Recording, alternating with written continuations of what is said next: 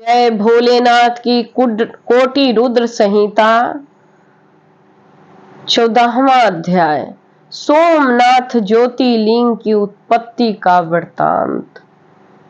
ऋषिगण बोले, हे सूत जी, अब आप ज्योतिर्लिंग के महात्म्य तथा उनकी उत्पत्ति का वर्णन कीजिए। जैसा आपने सुना है वह सब बताइए। सूत जी बोले, हे ब्राह्मणों, मैं उनके महात्म्य एवं उनकी उत्पत्ति के विषय में जैसा कि मैंने अपने सद्गुरु से सुना है, संक्षेप में अपनी बुद्धि के अनुसार कहता हूँ, आप लोग श्रवण कीजिए।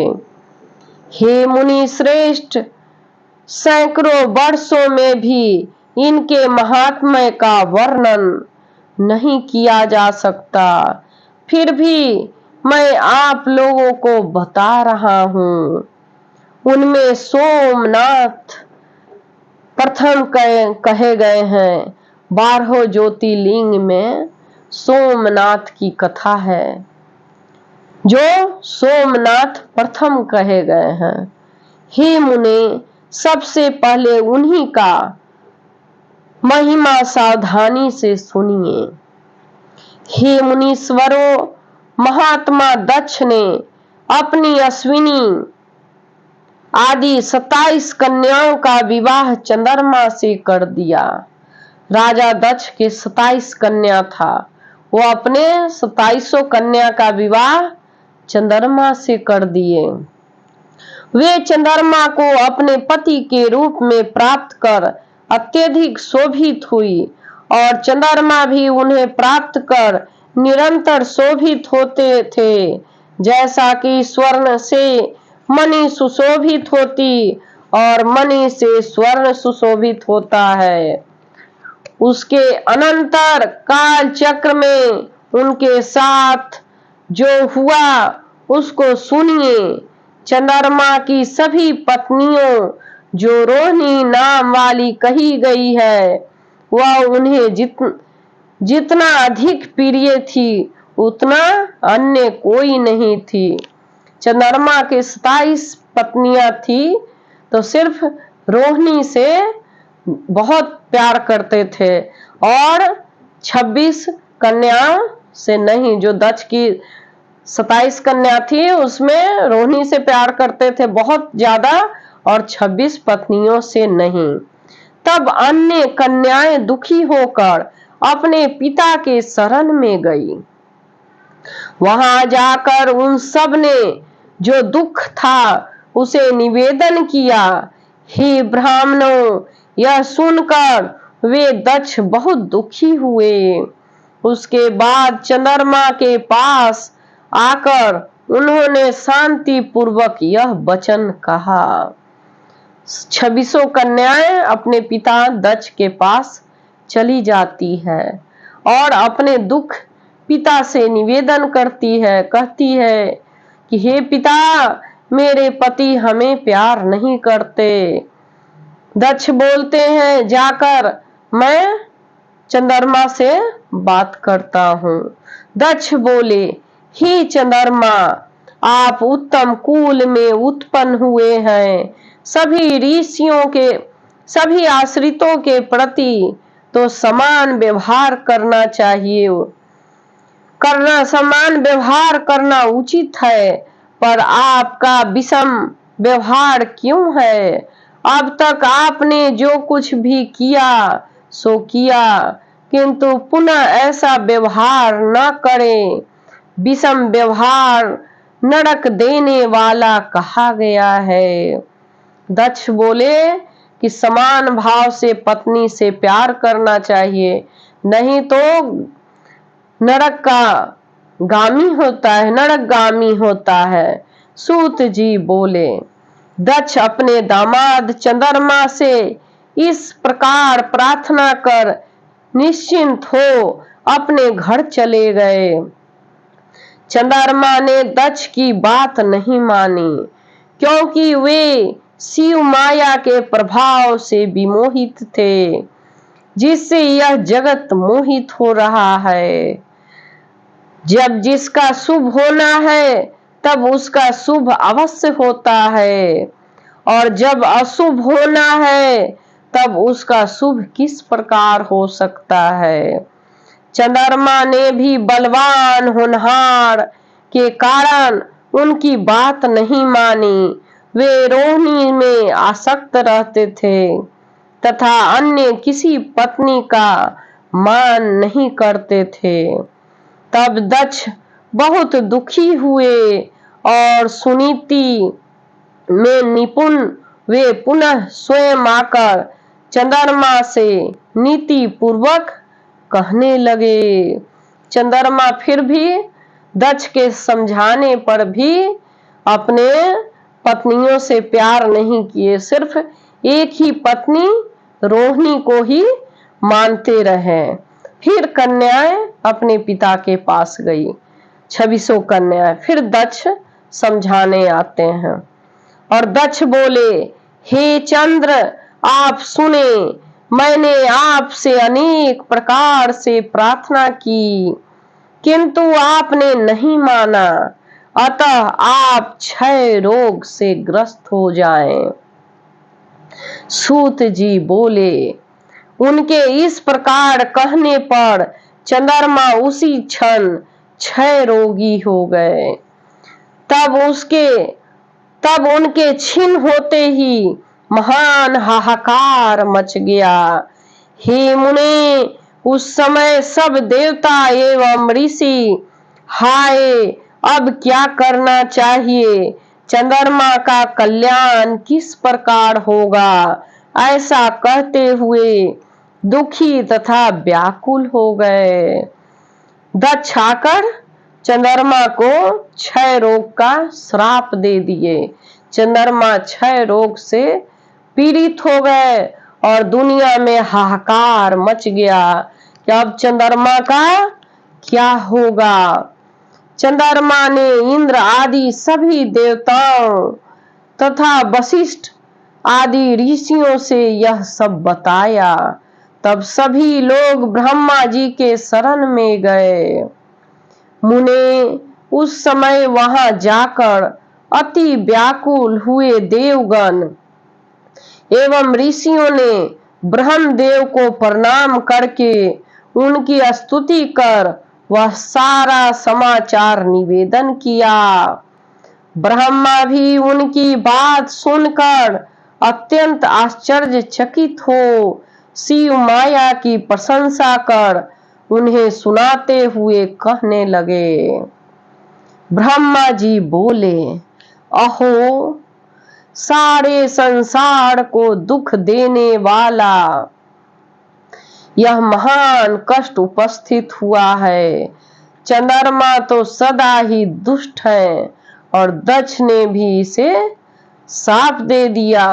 ब्रह्मा जी बोले, जब सब लोग वहां गए तो ब्रह्मा जी बोलते हैं कि ये चंद्रमा तो दुष्ट है ही, और अब दक्ष भी श्राप दे दिए।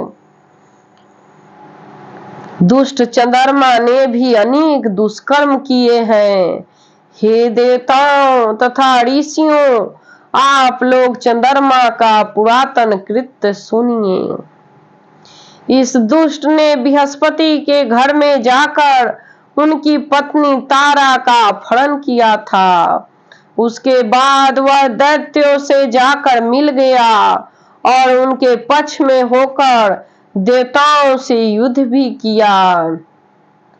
तब मैंने और अत्रि ने चंद्रमा को मना किया, तब उसने तारा को उन्हें लौटा दिया। उसे गर्भवती देखकर बृहस्पति ने कहा, मैं इसे ग्रहण नहीं करूंगा। इसके बाद हम लोगों ने बृहस्पति को ऐसा करने से रोका। तब बड़ी कठिनाई से उन्होंने तारा को स्वीकार किया। चंद्रमा ने गुरु बृहस्पति की पत्नी को भी चुरा लिया और उनके साथ उन तारा को गर्भवती कर दिया।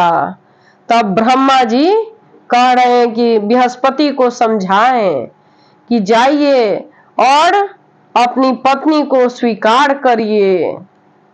बृहस्पति ने पुनः कहा, मैं इसे तभी ग्रहण करूंगा जब यह गर्भ का परित्याग करेगी। बृहस्पति जी कहते हैं, तारा को मैं तभी ग्रहण करूंगा जब एक गर्भ का त्याग करेगी। हे महर्षियों, तब मैंने तारा का गर्भ त्याग कराया। मैंने उससे पुनः पूछा कि यह किसका गर्भ है? तब उसने कहा कि यह गर्भ चंद्रमा का है। इसके बाद बृहस्पति ने मेरे कहने से उस तारा को ग्रहण किया।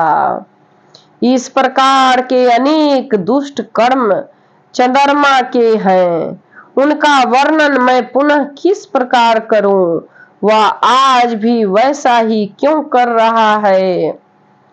अब जो होनहार था वह भली भांति हो गया, जो भी कभी अन्यथा होने वाला नहीं था।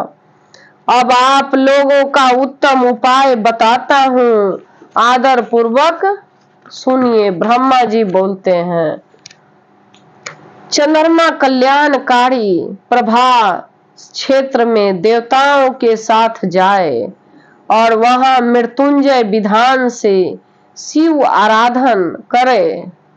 शिवलिंग को सामने स्थापित कर चंद्रमा प्रतिदिन तपस्या करे, तब प्रसन्न हुए शिव उसे क्षय रोग से रहित कर देंगे। ब्रह्मा जी बोलते हैं कि क्षय रोग से निवारण सिर्फ भोलेनाथ ही कर सकते हैं, इसलिए महामृत्युंजय मंत्र से शिव का आराधना करे।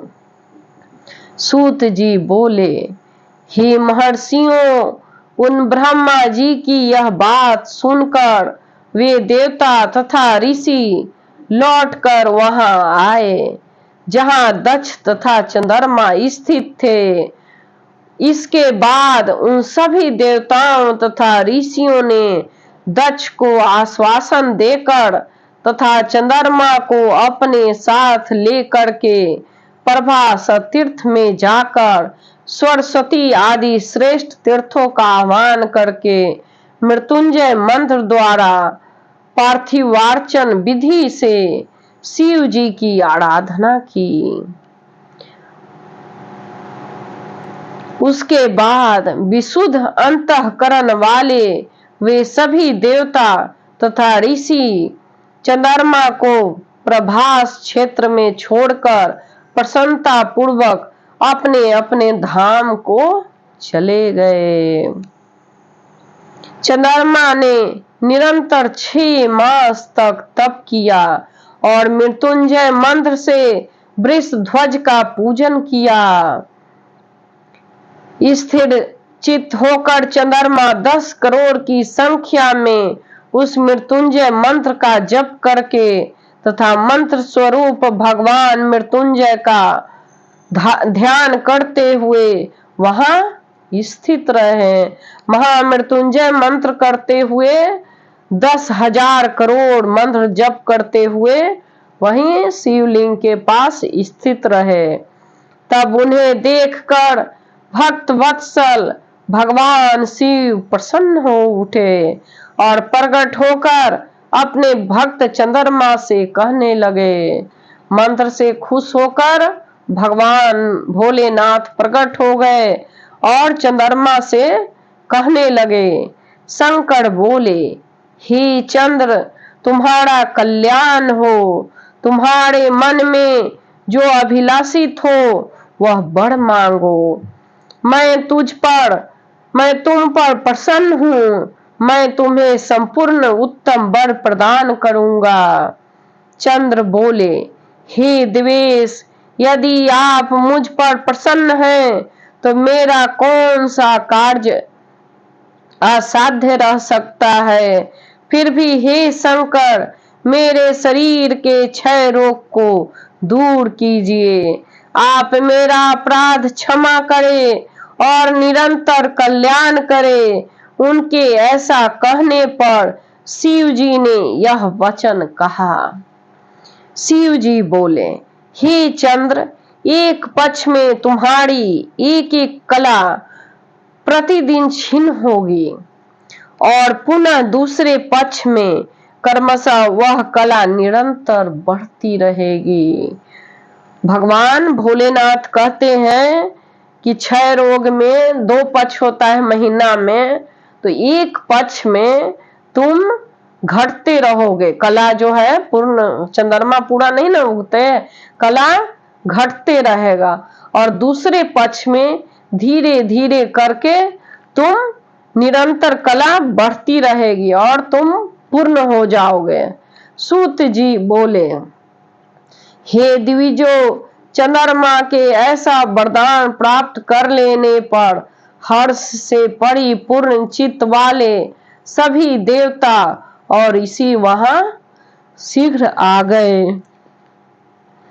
वहां आकर उन सभी ने चंद्रमा को आशीर्वाद दिया और शिव जी को प्रणाम करके हाथ जोड़कर आदर पूर्वक उनसे प्रार्थना की। देवता बोले, हे देव देव, हे महादेव, हे परमेश, आपको नमस्कार है। हे शंभु, हे स्वामी मन, पार्वती सहित आप यहाँ स्थिर हो जाइए। सूत जी बोले, तब पूर्व में निराकार भगवान शिव चंद्रमा के द्वारा उत्तम भक्ति से स्तुति किए जाने पर पुनः साकार हो गए। देवताओं पर प्रसन्न होकर वे शंकर उस क्षेत्र के महात्म्य वर्धन के लिए, चंद्रमा की यश के विस्तार के लिए वहां उन्हीं के नाम पर तीनों लोकों में सोमेश्वर नाम से विख्यात हुए। हे द्विजो, वे पूजन करने से क्षय, कुष्ठ आदि रोगों का विनाश करते हैं। ये चंद्रमा धन्य है, ये कृत्य है, जिनके नाम से स्वयं जगन्नाथ शंकर जी धरातल को पवित्र करते हुए यहाँ स्थित हुए। वहीं पर देवताओं ने चंद्रमा के नाम से चंद्रकुंड की स्थापना की, जहां शिव तथा ब्रह्म का सम्मिलित निवास माना जाता है।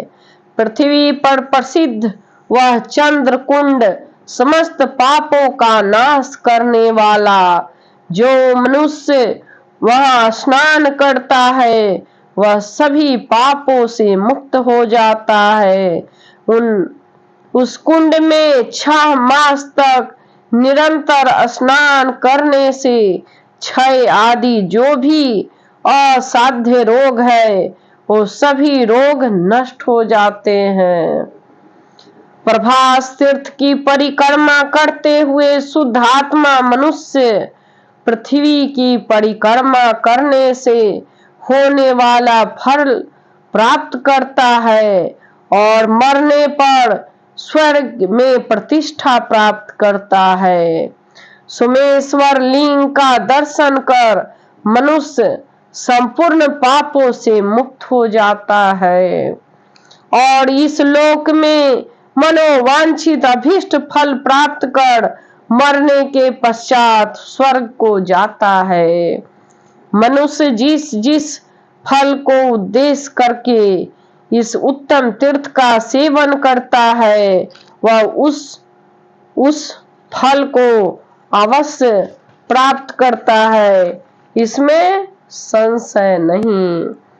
सोमेश्वर के उस प्रकार के फल को देखकर वे देवता एवं ऋषिगण प्रीति पूर्वक शिव जी को नमस्कार कर क्षय रोग रहित चंद्रमा को लेकर उस तीर्थ की परिक्रमा करके उसकी प्रशंसा करते हुए अपने अपने धाम को चले गए और चंद्रमा भी अपना पुरातन कार्य करने लगे। हे मुनीश्वरों, इस प्रकार मैंने सोमेश्वर की उत्पत्ति का वर्णन कर दिया। सोमेश्वर लिंग इसी प्रकार प्रकट हुआ था। जो मनुष्य सोमेश्वर लिंग की उत्पत्ति सुनता है अथवा दूसरों को सुनाता है, उसकी सारी कामनाएं पूर्ण हो जाती है और वह सभी प्रकार के पापों से मुक्त हो जाता है। सोमेश्वर ज्योतिर्लिंग की कथा बहुत ही आदरणीय कथा है, इसको आप लोग जरूर सुने। जय भोलेनाथ की। कोटि रुद्र संहिता 14वां अध्याय समाप्त। जय भोलेनाथ। कमेंट बॉक्स में कथा सुनकर ओम नमः शिवाय लिखकर अब संपूर्ण भक्ति प्राप्त करें। जय भोलेनाथ की। जय भोले।